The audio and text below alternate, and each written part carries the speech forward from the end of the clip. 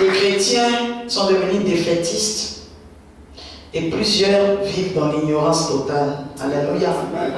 Je tiens à dire pour commencer que le programme qui est organisé, ce séminaire qui porte sur le thème comment assaisonner sa vie de couple à tous les niveaux, ce thème-là est inspiré, je dirais, de l'Esprit de Dieu pour être solution et pas problème dans le royaume de Dieu. Amen. Je tiens à préciser cela parce que cela est parti d'un constat.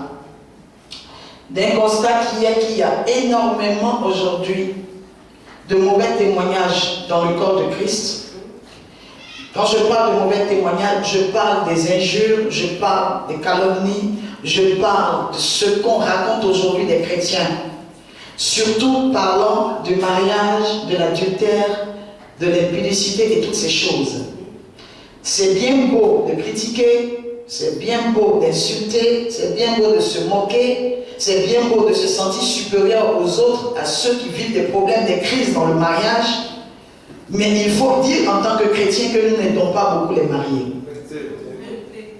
Et aujourd'hui, je prends sur moi, selon la grâce que Dieu m'a faite, de pouvoir sonder les Écritures et surtout d'avoir un esprit ouvert, d'essayer d'aider les personnes, aider des mariés, des personnes mariées, des couples qui vivent des crises, qui vivent des problèmes dont on ne parle pas souvent et dont on n'a pas forcément les réponses dans la Bible écrites en tant que logos, parce que ce sont des choses assez voilées et cachées qui n'entrent pas dans certaines profondeurs. Une manière aussi d'aider des jeunes couples, d'aider des futurs mariés, donc des fiancés, et surtout d'aider les célibataires à avoir l'amour du mariage, le beau mariage, à se dire que ce n'est pas une malédiction de se marier, surtout en tant que chrétien. Alléluia. Et je voudrais aussi demander la tolérance des chrétiens, la tolérance des serviteurs de Dieu et servantes, la tolérance du peuple de Dieu par rapport à certaines profondeurs dans lesquelles je vais rentrer. Amen. Parce que je me dis qu'en tant que corps de Christ, ce n'est pas une joie de voir la famille humiliée, de voir la famille insultée, et que ce soit une joie pour certains serviteurs, servants de Dieu ou chrétiens, que ces choses-là arrivent. Non. Je vais développer certains points.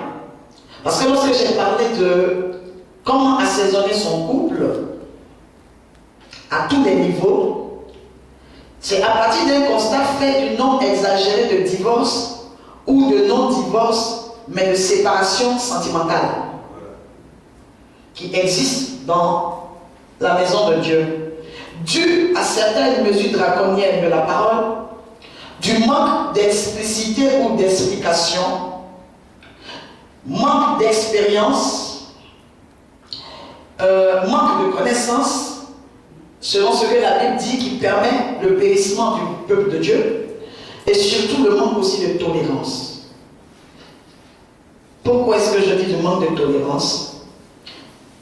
Je vais développer certaines choses au cours de ce programme qui vont essayer de répondre à certaines questions ambiguës que vous avez concernant l'introduction que je viens de faire. Je vais parler des choses spéciales, mais en rappelant aussi que aujourd'hui, nous ne sommes pas en train de fêter ou célébrer la Saint-Valentin. Mais nous profitons d'un événement qui existe dans le monde entier, qui a une puissante ampleur pour enseigner le peuple.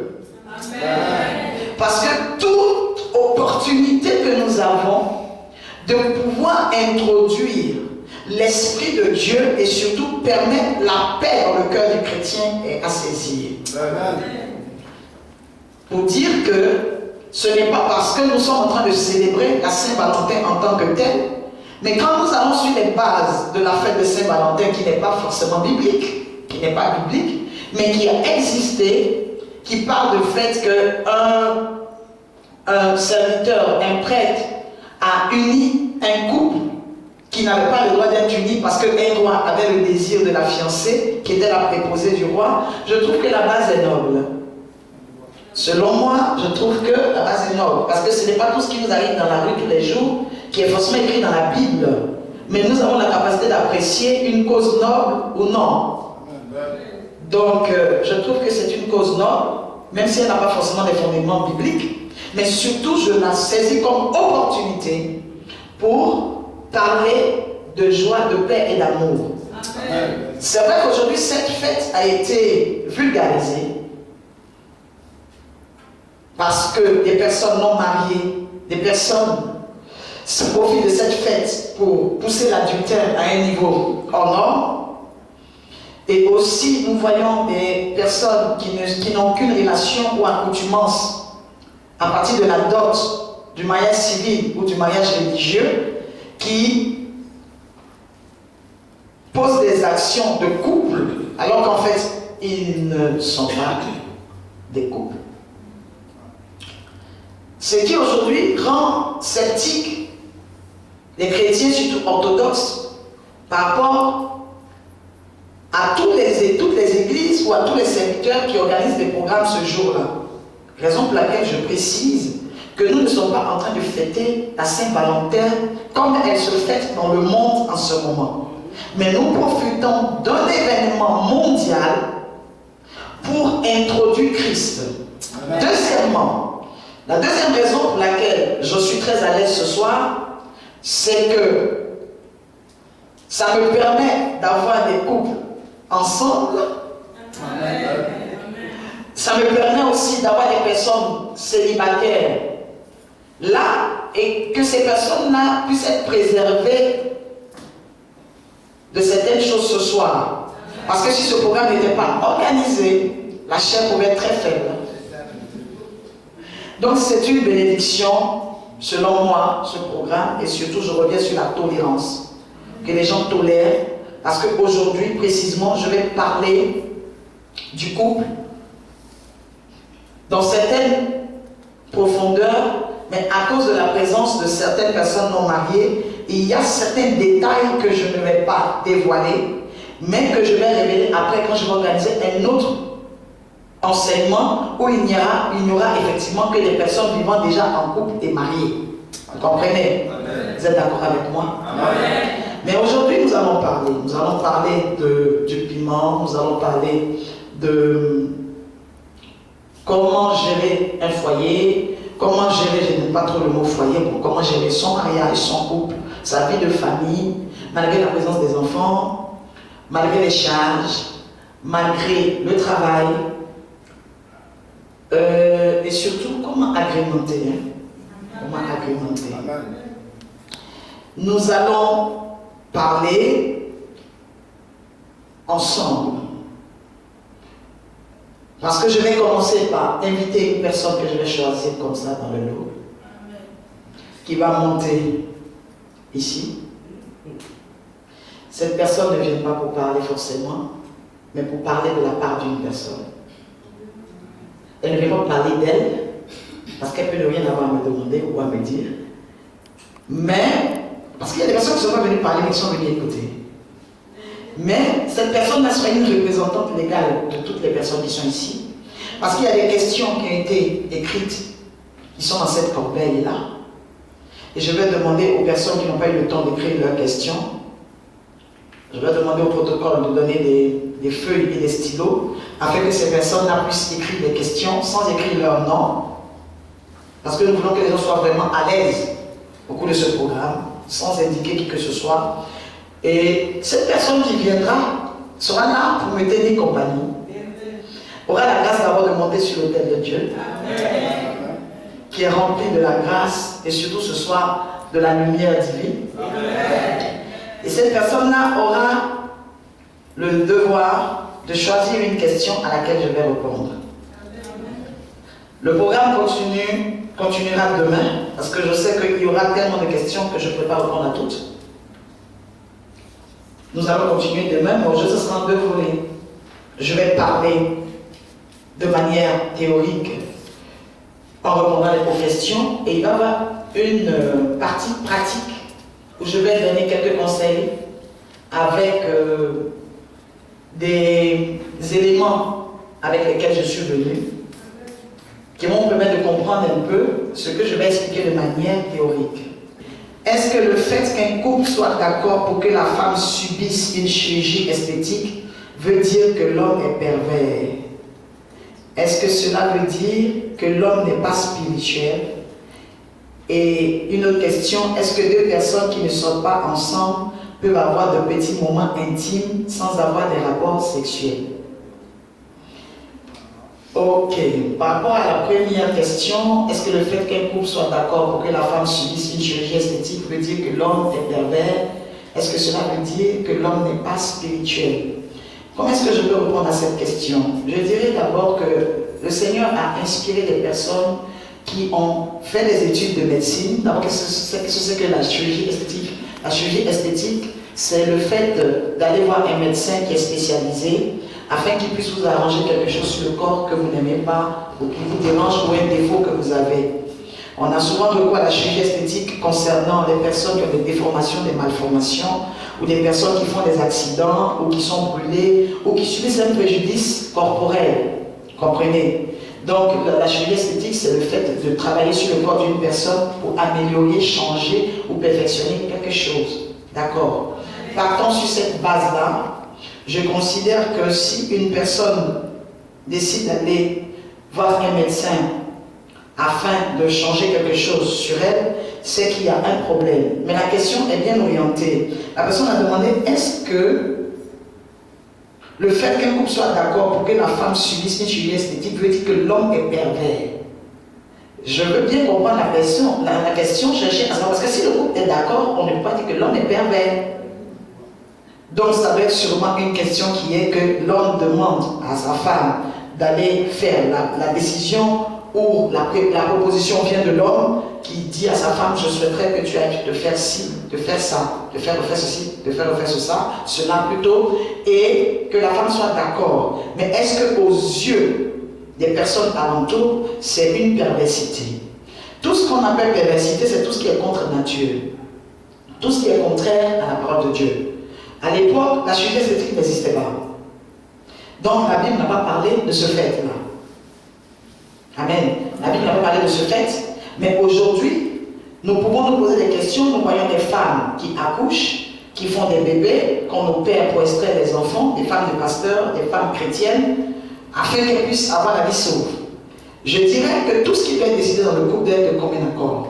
Donc déjà, si le couple est d'accord, je ne vois pas de perversité à cela. Deuxièmement, si c'est un problème sincère qui crée des problèmes dans le couple et qui ne cause aucun impact, qui n'a aucun impact sur la spirituelle, je ne sais pas si vous me comprenez. Amen, tu vois un peu. Si ça n'a aucun impact sur le spirituel, je considère que ce n'est pas forcément un problème. Je ne sais pas si vous comprenez. La femme peut avoir un problème, par exemple, elle peut être née avec un goitre, c'est comme ça on dit. Elle peut être née avec un goitre, elle a eu la chance d'avoir un homme, c'est vrai, mais ça la dérange un peu. Ça fait qu'elle n'est pas très à l'aise. Je souhaite que le fait que ce soit inesthétique et que ça la dérange peut nécessiter une chirurgie. Mais ça ne dérange en rien leur spirituel. C'est simplement le fait de toujours prier avant de faire quoi que ce soit. C'est toujours la base. Prier avant de faire quoi que ce soit. Et surtout en priant, laisser la possibilité à Dieu de donner son avis. J'ai parlé, laisser la possibilité à Dieu de donner son avis. Donc ces personnes vont prier, demander à Dieu, expliquer leurs soucis à l'Éternel et voir dans quelle mesure Dieu opère. Que Dieu d'abord comment je dirais ça, les rassure, qu'ils soient rassurés par l'Esprit de Dieu, que ça ne dérange en rien. S'ils ont aussi un guide spirituel, s'ils ont un pasteur ou un serviteur de Dieu qui les suit, qu'il lui en parle, espérant que le serviteur aura l'ouverture d'esprit de pouvoir les aider, de ne pas tout diaboliser, mais de pouvoir les aider. Ensuite, trouver le médecin qu'il faut, et puisque c'est quelque chose d'inesthétique, qu'on puisse le faire et demander à Dieu de tendre sa main.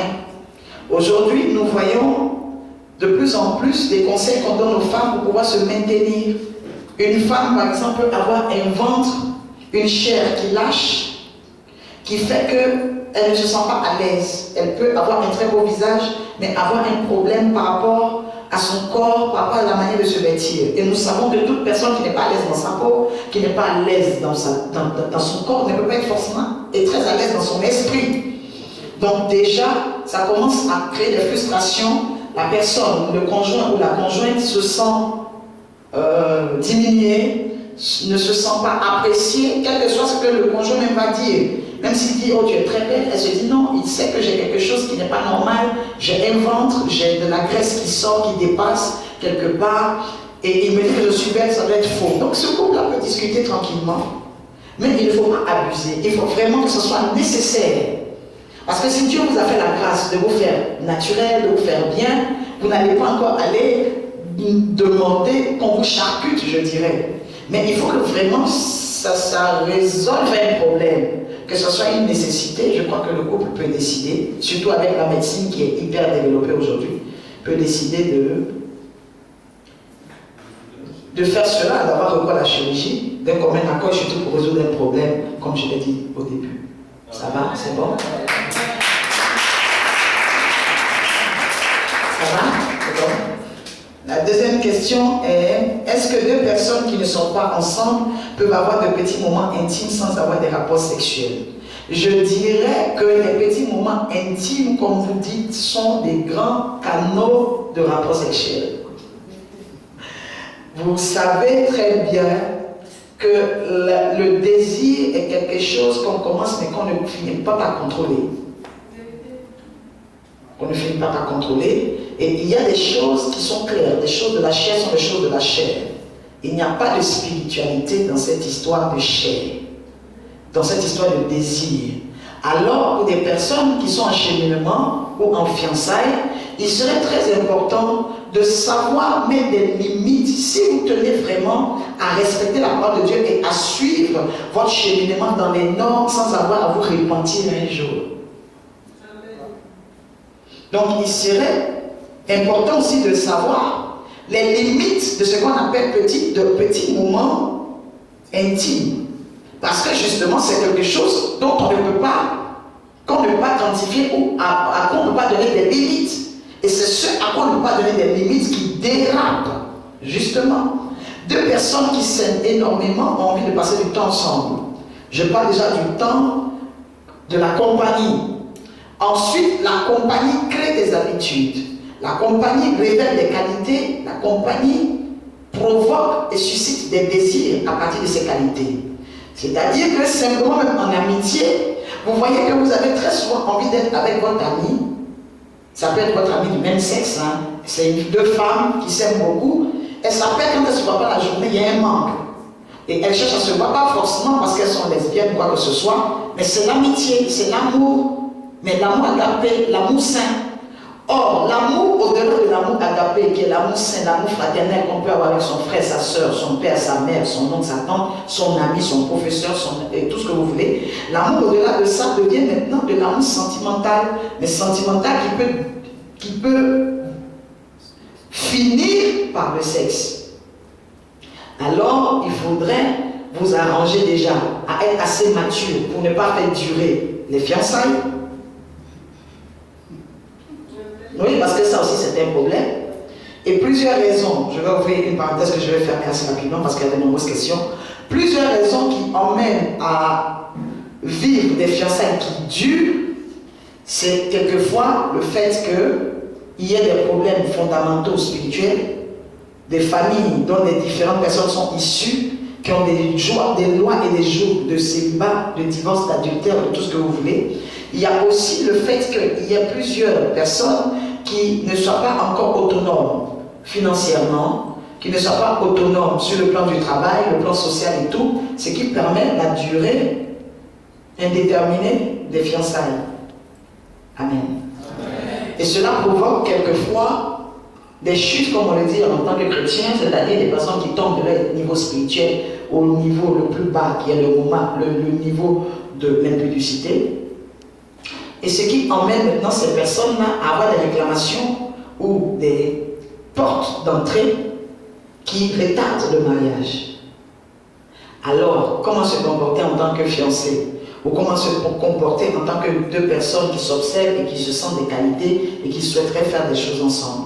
Être mature, parler, vous confier à votre leader, à votre mentor ou à votre guide spirituel qui devrait normalement avoir l'expérience, le potentiel et la capacité de vous encadrer, de vous emmener à devenir assez responsable pour pouvoir prendre vos responsabilités. Et vous maintenant, entre-temps, ayant une bonne pensée et une bonne vision de vous mettre ensemble pour vous marier et finir votre vie ensemble, que Dieu bénira et je sais qu'il sera très longue. Vous pouvez patienter quelque temps et éviter tout ce que vous savez que vous ne pouvez pas gérer jusqu'à la fin. Est-ce qu'un couple chrétien peut regarder un film pornographique avant des rapports sexuels? Je répondrai à cette question, mais avant d'y répondre, parce qu'il y a des questions assez personnelles et intimes, je vais prendre ma Bible dans le livre de Cantiques des Cantiques et essayer de vous dire que dans le livre saint, il y a des paroles qui ont été prononcées dedans que moi-même je ne prononcerai pas, mais que je demanderai à quelqu'un, à une personne ici, de prononcer, de lire. Et vous allez comprendre que la Bible a parlé de tout. La Bible a parlé de la vie intime, la Bible a parlé de la Bible a parlé de la vie sexuelle, la Bible a parlé de toutes ces choses. Depuis le temps des patriarches, il y a des mots qui ont été employés dans la Bible, comme coucher, il coucha avec, mais c'est pour permettre aux gens de faire la différence. Parce que sachant que les chrétiens sont tellement spirituels, quand on dit il alla avec, les chrétiens peuvent penser qu'ils se sont attrapés les mains et marchaient au supermarché de l'époque. Donc la Bible précise certaines choses pour que nous puissions bien comprendre les choses claires. Nous allons prendre le livre des Cantiques, Cantiques des Cantiques 1, verset 1. Que dit la Bible?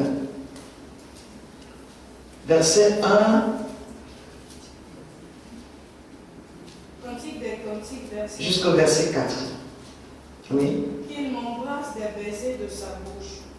Oui, ton amour est meilleur que le vin. Tes parfums ont une odeur agréable. Ton nom même est un parfum qui se diffuse. Voilà pourquoi les jeunes filles t'aiment. Entraîne-moi derrière toi. Amen. Le roi m'a introduit dans ses appartements. Amen. C'est bon pour ce roi-là déjà. Vous voyez, la Bible dit, ta version dit quoi? Qu'il me fasse quoi? Qu'il m'embrasse. Qu'il m'embrasse des baisers de sa bouche. Je crois que ce n'est pas un livre que j'ai écrit que j'ai emmené. Ça vient de quoi? C'est ce livre-là qui donne toute la valeur au lieu où nous sommes. Nous sommes dans l'église. Et dans l'église et le livre saint, on a écrit qu'il m'embrasse des baisers de sa bouche. On n'a pas dit qu'il me fasse bisous. Et c'est un homme que Dieu a considéré comme étant un homme le plus sage qui a existé sur la terre. C'est cet homme-là qui a écrit ce livre de Cantiques des Cantiques qu'on appelle Salomon. Il écrit des choses comme ça, il dit que c'est un homme sage.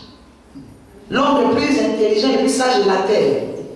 Dieu a permis ces choses, donc franchement, je souhaiterais qu'on comprenne que ce sont des choses essentielles, des choses élémentaires, mais qui ne sont pas le socle ou la finalité de notre vie chrétienne, mais qui font partie. Je souhaite préciser ça, qu'on introduise, qu'on accepte que certaines choses soient dites dans l'Église. Qu'il m'embrasse des baisers de sa bouche, car son amour fait quoi? Oui, ton amour est meilleur que le vin. Alors que le vin enivre, le vin fait tourner la tête, le vin saoule. Donc ce n'est pas de l'amour, l'amour que j'ai pour ma fille que Cantique des Cantiques parle. L'amour, là, cet amour-là, c'est l'amour qui est le désir que deux êtres de sexe opposés peuvent ressentir. C'est le désir des sens. Donc on a parlé d'embrasser, on a parlé de l'amour qui vaut plus que le vin. Ça parle des rapports intimes, des rapports sexuels. Tes parfums ont une odeur suave.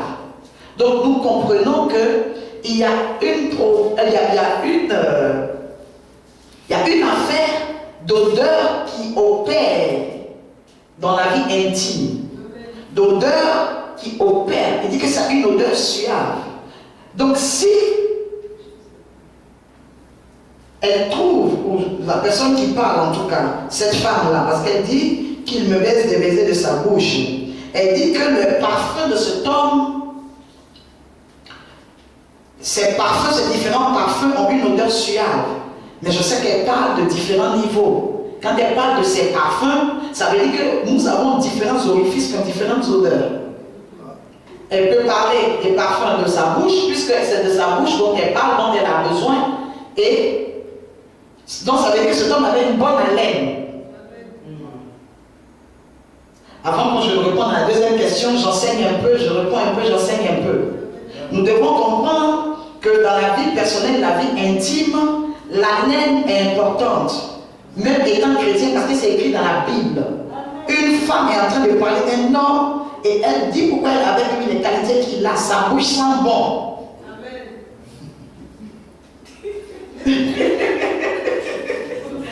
Deuxièmement, oui. Deuxièmement, on peut parler encore de l'haleine par rapport à son corps. On peut parler de l'odeur de ses parfums parce qu'elle a dit qu'il a des parfums. Ça peut être aussi de l'odeur de son corps. Il sent bon. Parce qu'une personne peut avoir une mauvaise haleine, mais ne pas avoir une mauvaise odeur de corps. Le corps peut sentir bon, mais c'est la bouche qui ne sent pas bon. Ou la bouche sent bon, mais la personne a une mauvaise odeur de corps. C'est différents parfums.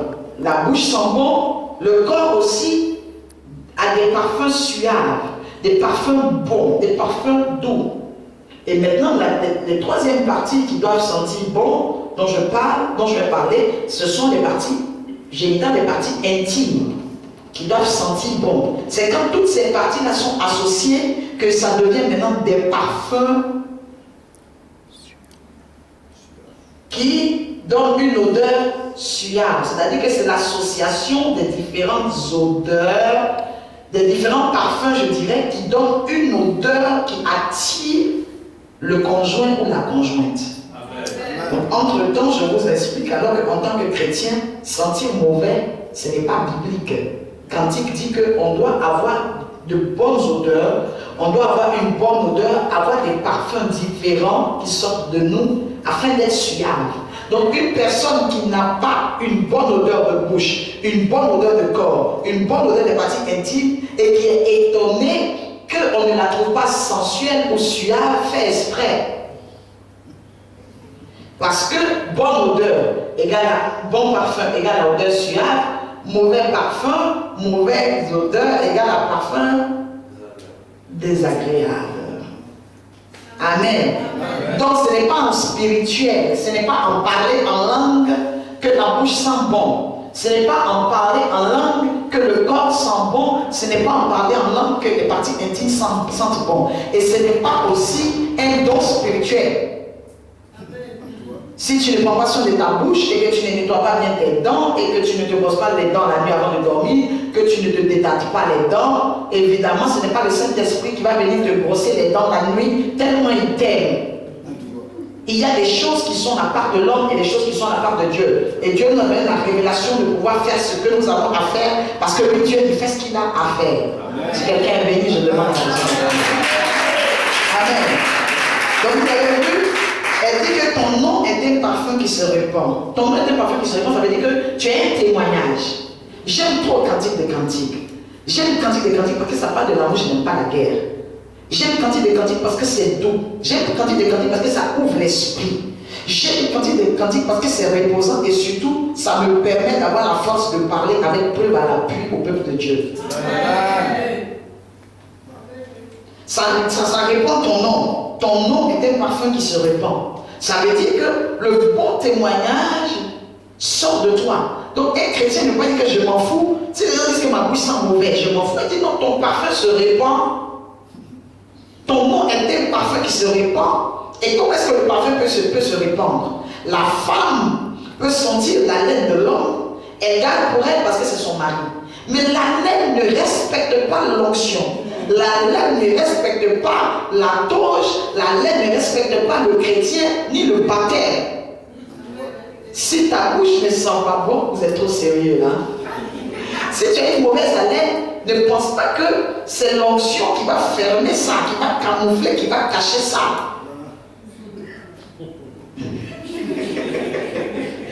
En tant que chrétien, et en plus de cela, les chrétiens doivent se battre pour ça, parce que nous avons une vie d'assemblée, où nous sommes tout le temps ensemble, assis côte à côte.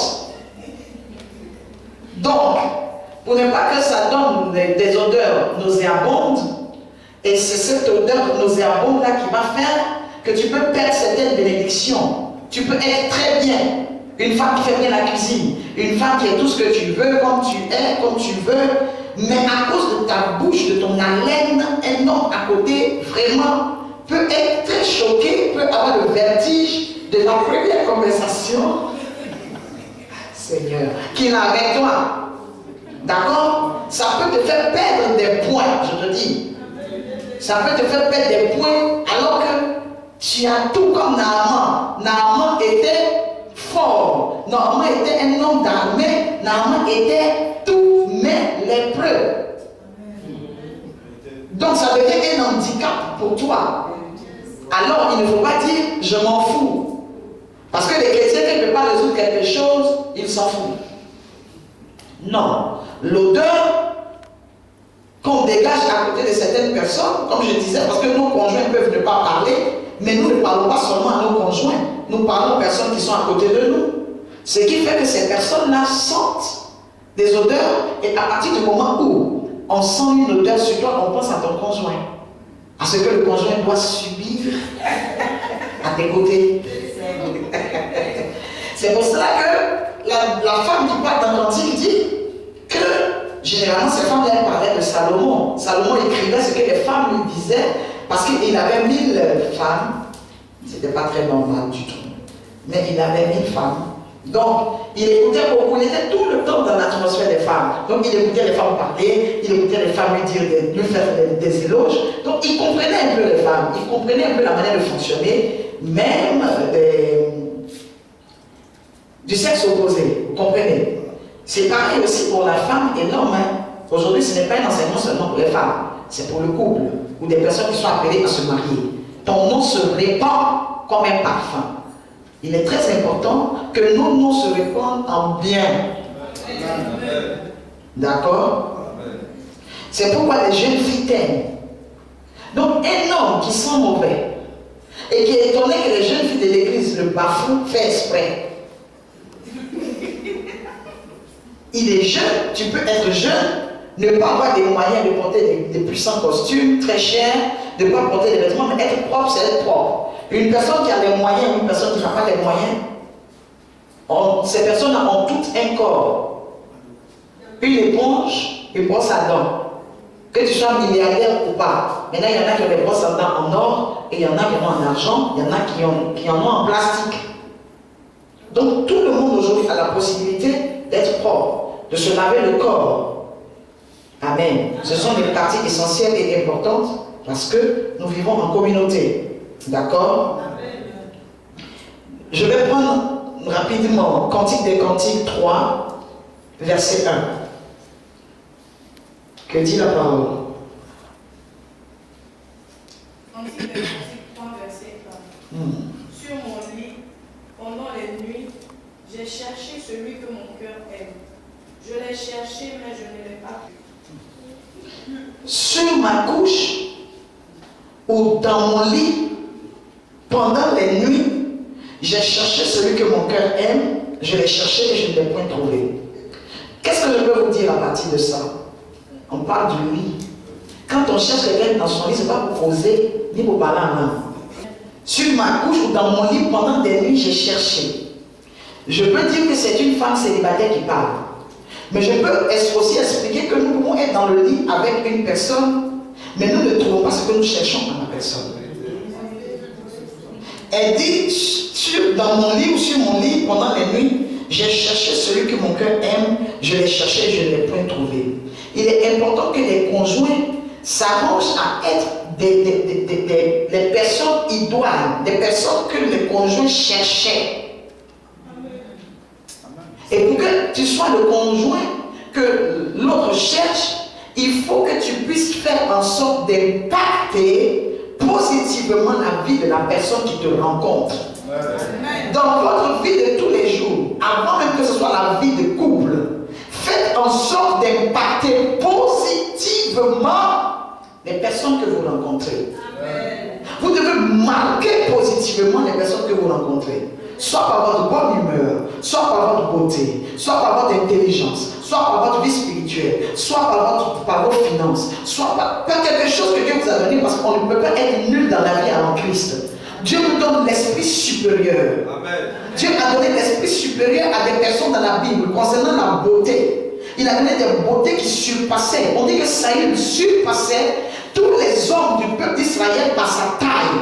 Ça veut dire que la taille de Saül, le roi Saül, était un don, était une capacité qui le rendait différent. Nous avons besoin de quelque chose en nous que Dieu nous permet d'avoir pour être différent et surtout être parmi les sélectionnés positifs. Amen. Amen. Nous voyons des femmes comme Sarah, dont on a parlé de la beauté, mais ce qui était étonnant justement, qui a fait qu'on a parlé de la beauté, c'était l'âge à laquelle on la trouvait encore belle. Elle avait 70 ans et ce n'était pas des valets, ce n'était pas des boys, ce n'était pas des petites personnes qui étaient attirées par elle. Elle avait une beauté impactante, une beauté hors du commun, ce qui fait que la Bible en a parlé. La Bible ne cite pas les choses anodines. Quand tu vois la Bible insister, c'est que ça a marqué. On a parlé de la beauté de Sarah. Mais à l'époque, ces femmes-là, c'est vrai qu'elles n'avaient pas le gloss, c'est vrai qu'elles n'avaient pas tous les artifices que nous avons aujourd'hui, mais elles avaient les éléments que nous utilisons aujourd'hui pour nos corps, mais à l'état brut. Parce que la plupart des produits que nous utilisons, à part celles qui utilisent vraiment les produits éclaircissants, hyper éclaircissants, qui sont à base de produits chimiques, la plupart des produits sont faits à base de produits naturels. Donc, les produits naturels là existaient depuis la création du monde. Dieu a créé les produits naturels, les fruits et tout ce que la terre contient avant même de faire l'homme. Donc, lorsque ces femmes-là sont venues, elles ont créé des habitudes. Les civilisations ont créé des habitudes, des coutumes et des habitudes qui leur permettaient de s'entretenir. Parce que l'entretien même a commencé à partir de l'atmosphère, à partir des changements de climat. Ça donnait l'intelligence à l'homme de pouvoir se protéger la peau quand il fait froid, de pouvoir se protéger le corps quand il fait chaud, de trouver des solutions. Amen. Donc l'entretien du corps de l'homme, le corps de la femme est normal. Nous devons nous entretenir, mais pas nous entretenir jusqu'à négliger les choses de Dieu. Mais pas aussi négliger notre entretien parce que nous sommes dans les choses de Dieu. Amen. Je dis et je répète qu'il faut un équilibre entre le spirituel et le physique, mettre le spirituel en priorité, mais le spirituel nous fait gagner tout. Parce que la Bible dit, cherchez premièrement le royaume des cieux et sa justice. C'est-à-dire, mettez le spirituel en priorité et tout vous sera donné. Mais le tout vous sera donné, c'est-à-dire que votre esprit sera ouvert. C'est ce qu'on appelle le tout vous sera donné. Vous aurez des possibilités. C'est ça, le tout vous sera donné. Vous aurez l'ouverture d'esprit. Vous allez comprendre, dévancer les gens. Vous allez être dans le cœur de Dieu pour pouvoir être exceptionnel. Amen. C'est tout ça, le tout vous sera donné par-dessus. Tout. En plus de tout ce que vous allez avoir spirituellement, le physique est très important. Amen. Amen. Ça va? Donc vous devez comprendre ces choses. Cette femme dit qu'elle a cherché son homme dans la Bible, elle ne l'a point trouvé dans son lit. Donc un homme peut être dans le lit, comme une femme aussi, c'est vice-versa, peut être dans le lit, mais en fait est invisible. Et ce n'est pas aux yeux de l'ennemi, mais aux yeux de son conjoint. Le conjoint est dans le lit, mais la femme dit, je l'ai cherché, je ne l'ai pas trouvé. C'est-à-dire que son corps est là, mais à l'intérieur du corps de cette personne, il y a des choses que la personne attendait pour combler sa vie, qu'elle ne retrouve pas. Pour revenir alors au thème qui est comment assaisonner sa vie de couple ou son couple à tous les niveaux. Il est important, après avoir été très spirituel, parler en langue ensemble, prier ensemble le matin, avoir le même pasteur, avoir la même communauté, payer la dîme, faire des offrandes et tout. Il est important aussi de s'entendre dans notre vie intime. Il est important que les couples s'entendent. Et pour qu'ils puissent s'entendre, il ne faut pas la monotonie. La monotonie provoque les disputes. Et les disputes provoquent la séparation. Il faut créer. Il faut s'ouvrir l'esprit. Et surtout, il y a une question, je sais, qui va venir. Mon conjoint est compliqué ou ma conjointe est compliquée. C'est vrai que nous avons besoin de la prière, mais surtout, nous avons besoin aussi de bonnes influences. Nous avons besoin aussi que les personnes soient enseignées, formées, et surtout que le Saint-Esprit travaille au travers de ces enseignements. C'est pour cela qu'il ne faut pas combattre les programmes que je fais en ce moment, parce qu'il y a des choses que les couples ne peuvent pas régler, que les gens n'arrivent pas à expliquer. Des problèmes, justement, si les gens ont écrit toutes ces questions, des mariés comme des célibataires, c'est parce que ce sont des choses qui les tracassent, qu'elles ne maîtrisent pas forcément ou qu'elles ne contrôlent pas forcément. Alors ces programmes sont bienvenus, parce que si je n'avais pas eu de questions dans la corbeille, je n'aurais répondu à aucune question. Et si les gens avaient des réponses à toutes les questions, ils n'auraient pas écrit ces questions justement et les mettre dans la corbeille. Donc ce sont des problèmes qui existent et qui ont besoin de solutions ou d'aide. Amen. Donc nous devons toujours créer le mystère de l'assaisonnement. Même la Bible dit quoi? Que nous sommes le sel de la terre. Il n'a pas dit le sel du ciel.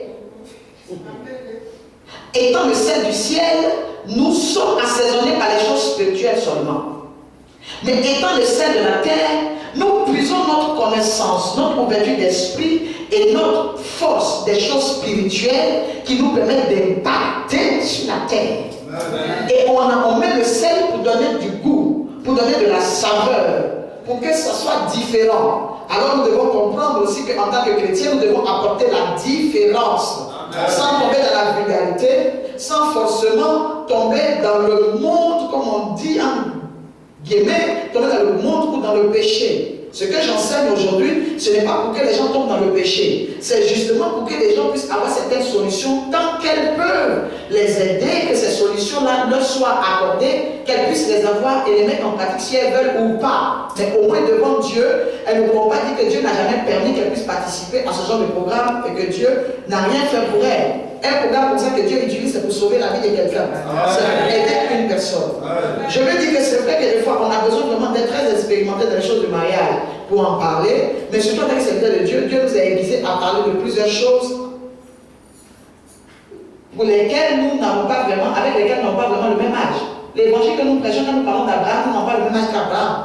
Mais Dieu nous instruit, Dieu nous bénit, Dieu nous visite par sa révélation, par la connaissance. C'est lui qui donne la connaissance, quel que soit l'âge, quelles que soient les années de mariage.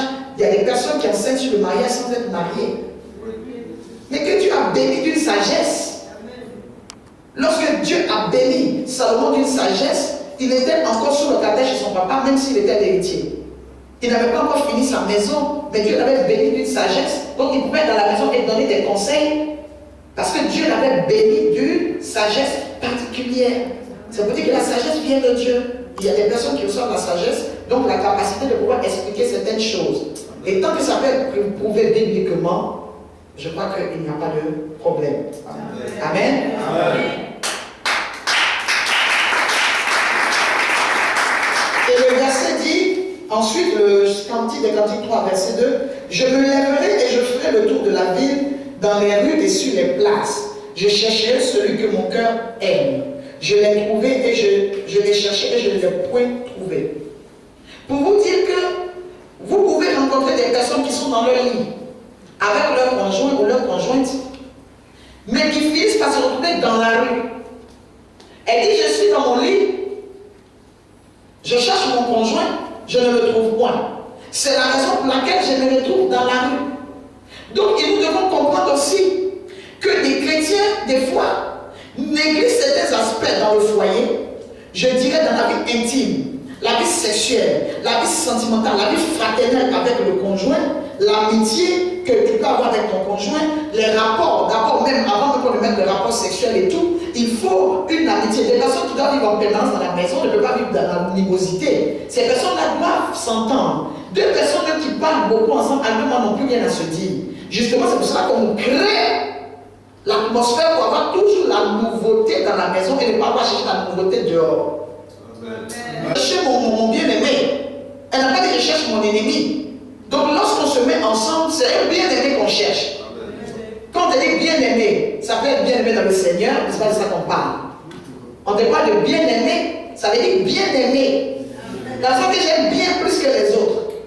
Que j'aime de manière particulière, c'est ça, bien-aimé. Africaine, ça va? Bien-aimé, cherchez mon bien-aimé. Elle dit, je ne l'ai pas trouvé. Si c'est l'amitié, là, c'est facile de faire l'amitié. La fraternité, c'est facile. L'amour fraternel, l'amour paternel et tout sont des choses faciles à gérer.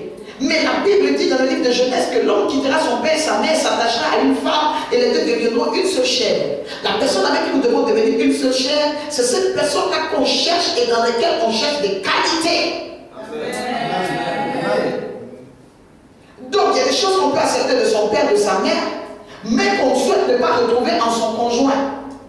Parce que le père, on le quitte, la mère, on la quitte, le frère, la soeur, on les quitte, les frères en Christ, on finit, on se sépare. Mais on passe la journée et surtout le plus clair de notre temps, la nuit, avec le conjoint, dans le même lit. Avec le frère, tu peux décider d'aller te mettre au salon, que ton frère soit dans sa chambre. Vous ne partagez pas la même chambre, ce n'est pas un scandale, ce n'est pas un problème. Mais ne pas partager la même chambre que son conjoint, c'est un scandale, c'est un sujet de scandale. Ce qui veut dire qu'il y a trop d'implications dans le mariage pour qu'on puisse parler de ça comme ça. Il y a trop d'implications pour qu'on puisse parler de ça comme si ce n'est rien, ce n'est pas un problème. On doit gérer ça comme ça. Les problèmes cruciaux des couples, on doit en parler. Amen. Amen. Elle dit, je cherchais mon conjoint, mon bien-aimé. Ce n'est pas ma mère que je cherche ni mon frère. Je cherche mon bien-aimé à moi. Je ne veux pas le mari d'autrui, je ne veux pas le fiancé d'autrui. Mon style, je sais que j'attends de mon conjoint. Donc il va tenir compte.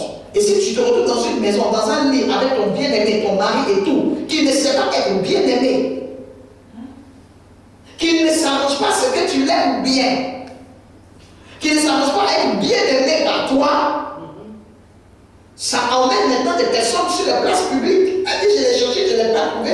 Donc je m'élèverai et je ferai le tour de la ville. C'est là où vous voyez maintenant des hommes cherchant la bien-aimance en une femme ou en sa femme qui ne trouve pas. Ils commencent à s'élever et faire le tour de la ville dans les filles. La femme aussi, elle cherche son bien-aimé, elle s'élève et elle dit quoi? Elle se promène jusqu'à elle fait le tour. C'est là que tu vois que la personne commence à coucher avec elle, avoir des rapports avec ci, avoir des rapports avec ça. Tout ça, c'est cantique, des cantiques. Toi là, hein, ils sont en train de chercher le bien-aimé comme ça. Et elle dit, dans les rues et sur les places, le fait qu'on ne puisse pas prendre au sérieux ce genre de programme, prendre au sérieux la vie personnelle, la vie intime, ça emmène maintenant la vie intime dehors, parce qu'elle était dans sa chambre. Elle cherchait son bien-aimé, elle recherchait quelque chose. Le fait qu'elle n'ait pas trouvé l'expose. Donc le fait que nous ne puissions pas remplir la vie de nos conjoints, le fait que nous ne puissions pas combler nos conjoints, ça expose nos foyers. La vie du lit se retrouve dehors. Elle quitte le lit, elle quitte la vie intime, elle quitte la réserve, la protection, la cage de protection qui faisait que les gens n'avaient pas la possibilité de s'introduire, et ça ouvre des portes. Parce que quand tu es dans une vie, il y a une porte que tu vas ouvrir. Et c'est cette porte-là maintenant qui va créer des dégâts dans ta vie. Alors, devenons des bien-aimés, de bons conjoints, devenons de bonnes personnes qui allons combler la vie, qu'on ne nous cherche pas longtemps. C'est pour cela qu'une femme et un homme doivent être équipés afin de régler des problèmes. Si c'est dans une entreprise que tu dois aller, il faut que tu sois la solution, que tu sois solution dans l'entreprise. Si c'est dans la vie de famille, que tu luttes, te battes pour devenir solution pour régler les problèmes de la famille. Et si c'est la vie sentimentale, que tu deviennes solution dans la vie sentimentale de la personne que tu rencontres. Une personne qui se sépare des personnes différentes cherche quelque chose dans ces différentes personnes. Il faut que toi tu sois solution. La solution vient pour régler tous les problèmes, même les effets secondaires, c'est-à-dire les effets qui ne sont pas encore arrivés. La solution gère ça déjà, c'est déjà dans la solution. Donc tu viens, tu rencontres une femme par exemple qui aime quoi? Qui aime regarder la télévision à son conjoint. Il faut que toi tu sois armé pour pouvoir l'emmener à aimer regarder la télévision chez elle. Elle aime qu'on apprécie, qu'elle soit bien habillée ou pas, que tu puisses lui dire la vérité, ma femme, tu me plais, vraiment tu es trop belle. Ou j'aime ta coiffure. Dès qu'elle te rencontre, tu n'as plus un problème. Parce que quand elle va faire sa coiffure, elle a une joie. Mais quand elle vient, elle cherche que le bien-aimé, pour qui elle a fait cette coiffure, sache, remarque, sente qu'il y a eu un changement. Assaisonnons nos vies de couple. Pour ne pas que nos problèmes problèmes de foyer se retrouvent dehors. Cantique 3, verset 1 à 2, dit qu'elle a commencé à faire le tour de la ville. Elle a commencé à se promener. C'est là que nos vies de foyer se retrouvent dehors. C'est là que les gens commencent à remarquer que le gars ne sont pas épanouis. Le monsieur, là, sa femme passe ici, elle fait le malin dans sa voiture. Là. Son mari, là, il sort avec une petite fille, mais c'est parce qu'il a quitté le lit et qu'il allait dans un autre quartier. Il a commencé à faire le tour de la ville. Donc la femme ne doit pas dire que mon cher, si lui il pêche, c'est lui qui va en enfer. Tu risques de mourir avant ce gars. Parce que l'hypertension va te tuer. Et à ta vérité, te montrer qui il est. C'est dans un moment, c'est pour personnes qui veulent préserver leur foyer. Pour préserver ton foyer, ce n'est pas une décision de gros cœur. Tu y tiens, c'est ton bien-aimé, tu as des sentiments. La Bible dit où se trouve ton trésor, se trouve ton cœur. Si ton bien-aimé est ton trésor, c'est que ton cœur est là-bas. Ce qu'il va te faire mal. Ce que ta conjointe va te faire mal. Donc il ne faut pas dire je m'en fous. Il faut que tu trouves des solutions. C'est pour ça que Dieu arme des serviteurs et des servantes aujourd'hui pour te donner des solutions afin de ne plus être problème. De ne plus avoir à l'expliquer tes problèmes dans la rue afin que les gens ne les résolvent pas, mais que les gens les exposent. Que tu puisses avoir des solutions pour régler des problèmes et que tu deviennes maintenant un instrument de paix dans ton entourage. Une personne qui n'a pas la paix dans son cœur, la paix sentimentale, finit par devenir un mauvais père, une mauvaise mère d'une manière ou d'une autre. Parce que quel que soit ce que vous allez donner à vos enfants, il y aura toujours un mais. Le fait que vous allez avoir une relation extra-conjugale va finir par qui risque de vous faire des enfants dehors. Et les enfants dehors vont venir salir votre témoignage. On va dire que ton papa il était bien, tout ça, mais tes demi-frères qu'il a fait. Mais qu'est-ce qu'il a amené? Donc, quelque part, vos enfants auront quelque chose à vous reprocher. Votre entourage aura quelque chose à vous reprocher. Donc, il faut que vice-versa, les couples comprennent ces choses-là. Qu'on ne néglige pas, dire ce n'est pas un problème, ma femme elle est comme ci, ma femme elle est comme ça, mon conjoint est comme ci, il est comme ça, il est trop compliqué. C'est pas une histoire d'être trop compliqué. Et puis, il y a la capacité aussi que Dieu donne à certaines personnes d'être en avance sur l'autre. On n'a pas le même niveau d'intelligence. Donc, il faut la patience. Si tu es trop intelligent, trop intelligente, prouve-nous, convainc-nous. Par ta patience, par ta vie de prière et surtout par tes stratégies, des fois qui sont plus efficaces même que les excès de prière. Amen.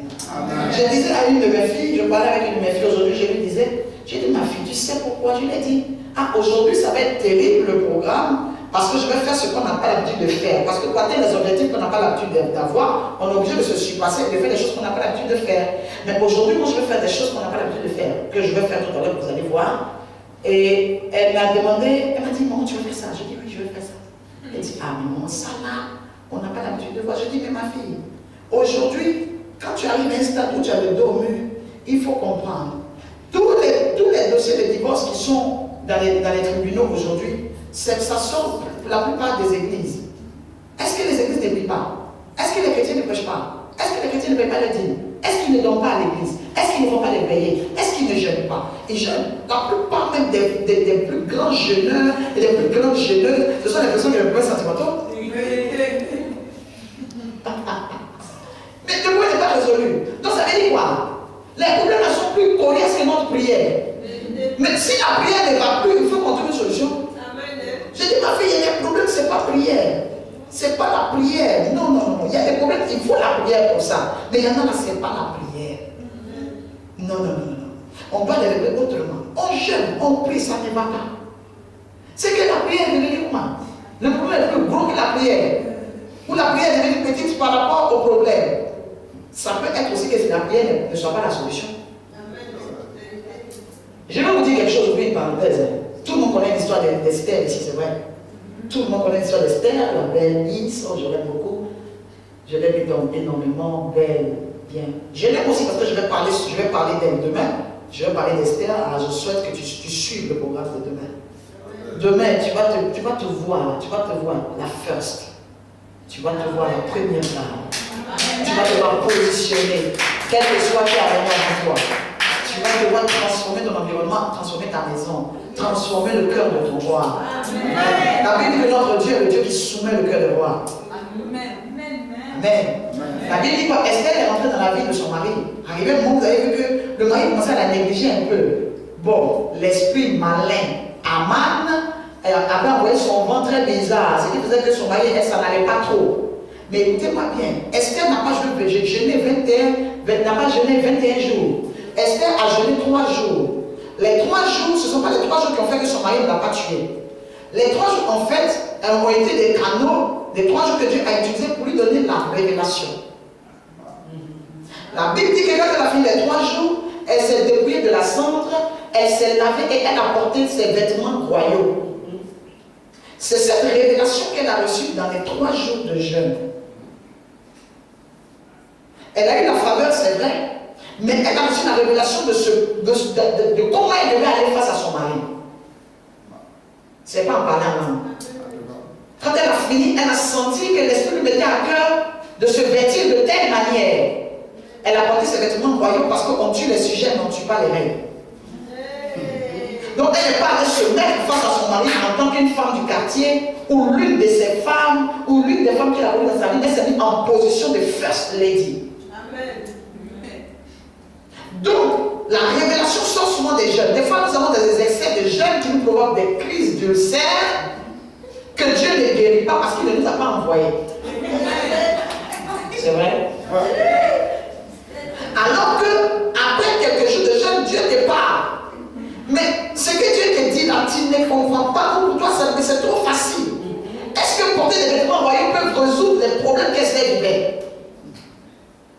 Ce n'était rien du tout, c'était des vêtements. Mais ces vêtements, justement, royaux-là, avaient un impact. Ont eu un impact sur la position. Parce que tu viens en clochard, même si tu t'appelles clochardine, ou que tu t'appelles par exemple The Queen, la reine, si tu viens en clochard, c'est pas pour ça qu'on va te considérer comme reine. C'est selon ta position, la manière dont tu viens et la connaissance que tu as, que ça t'ouvre les portes. Dieu lui a mis la faveur, c'est vrai, mais elle a porté ses vêtements royaux. Aucune reine ne va arriver dans un palais, quel que soit le décret du roi, quel que soit le décret du roi et qu'il tue une reine. Elle est venue avec ses vêtements royaux, elle est venue avec son diadème. C'est une reine qui a été mariée, épousée légalement, qui venait voir un roi dans ses attributs. Elle n'est pas venue dans un vêtement ordinaire. Elle a porté des vêtements pour que le roi sache sa position. Elle est assise là en tant que qui? C'est par rapport à ça qu'il a reçu. Et quand on parle, regardez la réponse que le roi a donnée à Esther dans le livre d'Esther. Il lui dit, si tu veux la moitié de mon royaume, c'est à cause de la royauté qu'elle a déplacée, à cause de ses vêtements royaux, à cause de la gloire avec laquelle elle est venue, qu'il s'est trouvé en face d'une reine et c'est entre rois qu'ils étaient en train de discuter. Il dit, si tu veux la moitié de mon royaume, je te donne. Il était établi sur 127 provinces. Mais des personnes de même niveau peuvent arriver à se comprendre.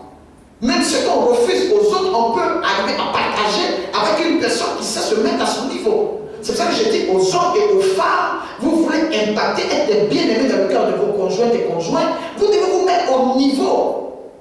Amen. La femme, elle aime ci, elle aime ça. Mais mets-toi à son niveau. Tant que c'est un niveau qui élève, tant que c'est un niveau qui fait du bien. Il m'a dit, si tu veux la moitié de mon royaume, je partage. Parce que tu es venu là en First Lady. Mais si elle était venue en agnon, elle était venue dans ses vieux habits qu'elle avait portés pour jeune. On allait la tuer, on allait dans la Bible, et elle mourut facilement et Dieu ne fit rien. Amen. Amen. Pour vous dire qu'il y a des choses extraordinaires que Dieu fait au travers de sa parole, mais c'est à nous d'avoir l'esprit ouvert pour voir ce que Dieu est en train de faire. Donc vous devez être très élevé dans l'esprit, comprendre où Dieu veut aller avec vous, la révélation que Dieu vous donne, au lieu de rentrer dans des jeunes qui ne finissent point. Il y a des couples, par exemple, qui peuvent se remettre ensemble, des couples qui peuvent se parler, des couples qui peuvent créer l'atmosphère afin de réveiller l'amour qui dort. La Bible dit que l'amour peut dormir. La Bible dit ne réveillez pas l'amour qui dort, fille des jeunes filles de Sion. Ça, c'est vrai qu'ils ne sont pas encore mariés. Mais l'amour qui dort doit être réveillé quand on est dans le couple. Mais vous prenez l'amour qui dort et vous venez encore vous endormir avec l'amour qui dort dans le couple qui dort. Arrêtez de dormir. Vous dormez trop. Il faut qu'il y ait un réveil. Et ce réveil-là est spirituel et opère dans le physique par rapport à l'entendement. Que mon Dieu vous bénisse. Pour des conjoints qui sont appelés à de grandes responsabilités, selon leur appel ou leur travail, comment maintenir les liens et combler le vide dû à la distance et à la séparation du corps? C'est une question que j'aime. Quand j'ai commencé le programme, j'ai déjà donné le thème qui est le problème de l'assaisonnement. Vous comprenez? Il y a des produits, il y a par exemple, parlons sur la base de la recette. L'assaisonnement, c'est quoi? C'est ce qu'on met pour donner la saveur, du goût. Vous comprenez? Donc, si les conjoints sont très éloignés par rapport à leur boulot, à leur travail, les choses élémentaires ne doivent pas être négligées. Dieu est bon. Il est tellement bon qu'il a permis aujourd'hui à la technologie de faire des choses extraordinaires. La technologie fait aujourd'hui que nous avons des téléphones portables qui vont à des milliers de kilomètres. Nous avons même ce qu'on appelle le Skype. La capacité de se voir quel que soit l'endroit. Mais aujourd'hui, si le Skype est utilisé pour faire énormément de bêtises, ce n'est pas ça que je parle. Mais je parle des couples de conjoints. Avant, la distance était tellement réelle parce qu'il n'y avait même pas de moyen de communication. Aujourd'hui, il y en a. Le matin, vous avez l'habitude de vous appeler quand vous êtes dans la même nation. Vous êtes obligé de faire ce que vous n'avez pas l'habitude de faire. Pourquoi? Parce que vous n'avez pas l'habitude d'avoir. Parce que votre problème est sérieux. Vous devez assaisonner cette relation vous-même en vous donnant la possibilité de communication permanente. La communication permanente, c'est la capacité de savoir ce que l'autre fait, d'avoir des informations sur l'autre. Donc le matin, vous vous appelez pour savoir qu'est-ce que tu fais. Même selon les décalages horaires, on peut gérer. On peut trouver des heures quand même entre midi et 17h, où il peut être par exemple 6h du matin chez votre conjoint et il est 20h chez vous, ou 2h du matin chez vous. Il faut que l'un des conjoints sacrifie sa nuit parce qu'il est 6h du matin chez l'autre pour pouvoir avoir contact. Amen. Ça devient un temps de sacrifice profond. Des SMS qui ne coûtent rien du tout, mais qui sont très importants, qui marquent, qu'on garde. Surtout l'avantage, c'est qu'on les garde et qu'on peut les lire à tout moment. Des mots gentils, des mots doux, et surtout la possibilité de communiquer. Et en plus, quand Dieu vous fait la grâce de pouvoir vous retrouver, le temps que vous passez ensemble, même si c'est une semaine chaque 2 ans, même si c'est un mois, chaque 3 mois que vous avez, que ce mois-là soit le mois le plus important de votre vie. Amen. Où tout ce que vous avez eu à faire pendant l'absence du conjoint puisse être sur soi pour quelque temps.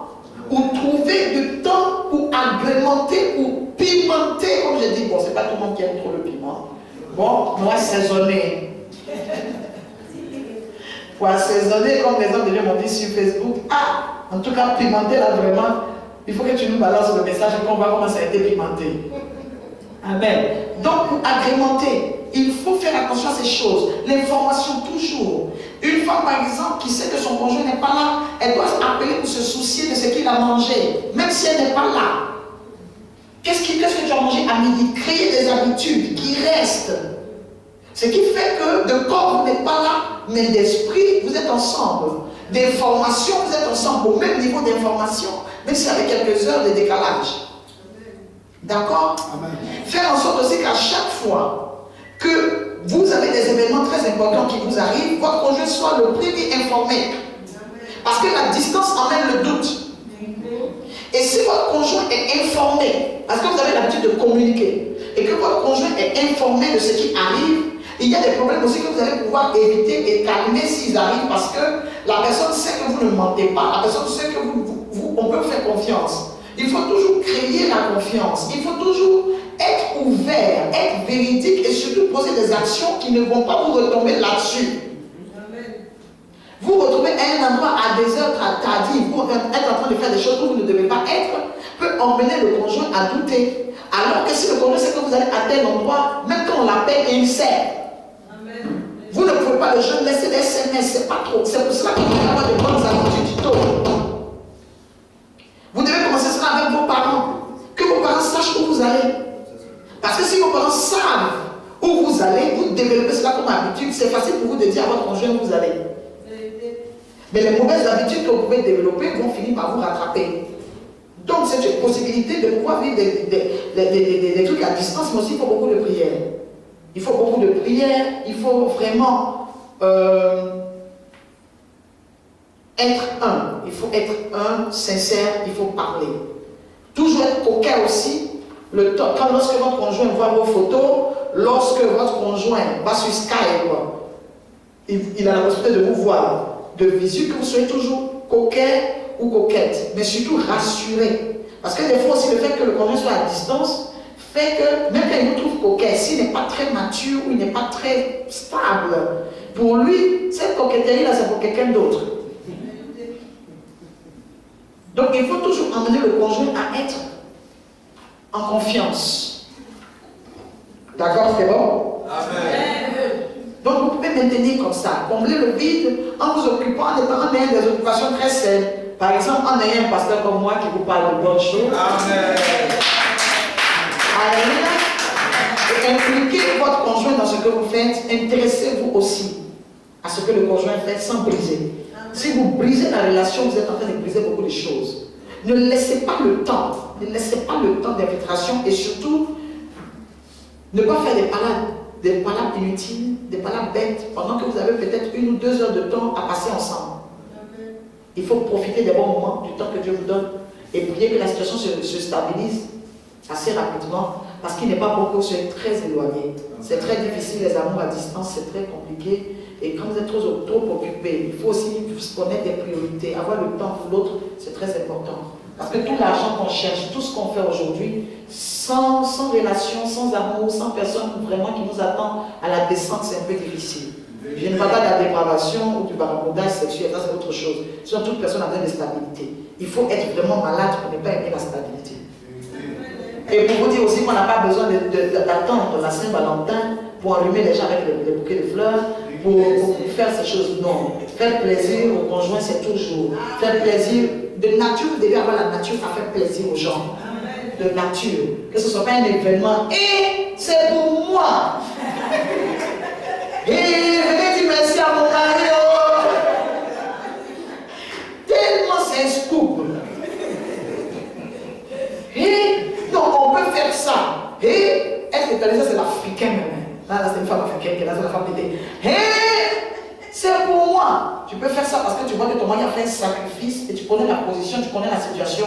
Là, je préfère que derrière ce et là, ça soit vraiment quelque chose de bien. Mais que ce et là soit le et de étonnant. Donc tu peux faire ça. Vraiment, il va pleuvoir. Oh. Quand ton cadeau amène la pluie, tu sais que c'est sérieux. Et je vais dire aussi aux hommes et aux femmes, par rapport aux relations sentimentales. Si vous n'êtes pas encore guéri d'une ancienne relation, n'engagez pas de nouvelles. Amen. Et je vais vous dire qu'on ne prend pas une personne pour combler le manque. Parce qu'il y a des personnes, même après les mauvaises relations, qui n'arrivent pas à vivre seules. Donc elles ont toujours besoin de combler. Le conjoint n'est pas là pour combler dans ce sens-là. Parce que vous allez finir par faire subir des choses à une personne innocente dans votre histoire. Guérissez de vos plaies, guérissez de vos maux, guérissez de vos douleurs avant de vous impliquer dans de nouvelles relations.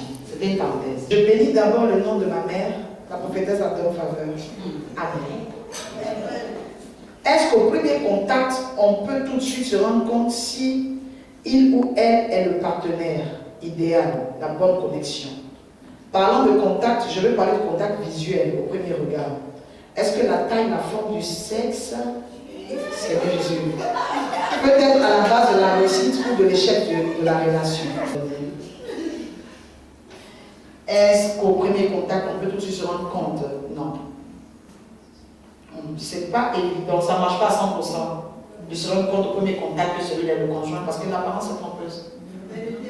On peut avoir la grâce d'avoir choisi, mais pas parce qu'on est fort au premier contact, parce qu'on ne connaît pas la personne. Et ce n'est pas seulement le physique, parce que quand j'ai prêché hier, j'ai expliqué qu'on ne se marie pas à cause de la grâce d'une personne.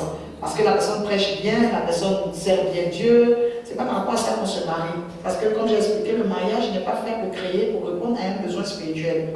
Dieu descendait dans le jardin, dit la Bible, dans le livre de la Genèse. Il descendait tous les soirs pour visiter Adam. Donc Adam était déjà comblé spirituellement. Dieu venait. Mais Dieu a créé Ève, c'était pour répondre à un besoin physique. Os de ma chair, os Os de mes os, chair de ma chair. Amen. Ça, c'est charnel. C'était pas un problème charnel.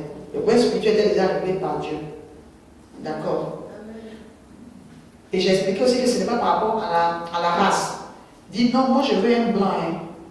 Moi j'aime les blancs parce que les blancs là, ils ne fatiguent pas femmes. Il y a blanc qui tue femme, blanc trompe femme. Au tribunal de Paris, il y a blanc, dossier de blanc qui a trompé sa femme et puis ils sont là-bas. Blanc voleur, menteur, maco, escroc, il y a tout ça dans le milieu des blancs. Donc ce n'est pas par rapport à la race. Si tu l'épouses parce qu'il est blanc, si les blancs commencent à avoir des problèmes, toi aussi tu as des problèmes. Ce n'est pas. J'ai dit que ce sont des critères qui peuvent contribuer ou faire partie de nos choix. Mais que ce ne soit pas que ce ne soit pas l'essentiel. C'est essentiel, certaines choses sont essentielles, mais ne représentent pas l'essentiel de nos critères de choix. Toi, uniquement, tu veux blanc. Blanc pour quelle raison, tu ne sais pas, mais tu veux un blanc. Un mari blanc. S'il vient maintenant qui commence à noircir avec le soleil de la Côte d'Ivoire ou de la Guadeloupe, là, il devient métis. Un blanc, tu dis, c'est un blanc, dis non, ça c'est pas un blanc, ça c'est un métis. Tu vas dire, non, je veux un blanc, donc je vais le laisser parler prendre encore un blanc très blanc. Il y a aussi des problèmes que vous pouvez rencontrer parce que vous dites, non, mais il vient un Africain. Moi, j'aime les noirs. J'aime les bons africains parce qu'ils sont garçons. J'aime les bons noirs. Il y a des noirs qui sont plus précoces dans les relations sexuelles que les blancs même. Le blanc même, il tient un peu. Un noir foutu. Et surtout que vous, les chrétiens, lui, on ne touche pas. Donc tu vas le prendre, il est grand comme ça, il est costaud. Les costauds, c'est tout. C'est pas pour tout, c'est un enfant qui est là. Et tu finis de te marier et tu te rends compte que c'est le gars qui est là comme ça. Donc ça ne peut pas être essentiel. Mais si tu as d'autres choses qui te plaisent, tu vas essayer de minimiser ou de voir comment tu peux avoir la patience de le régler. Si c'est l'essentiel, non. Donc j'ai expliqué ça par rapport aussi à la place. Le mari est positionné, tu te rends compte, tu dis non, moi je veux un directeur, ce n'est pas directeur, c'est pas la peine. Moi je vais épouser un ministre.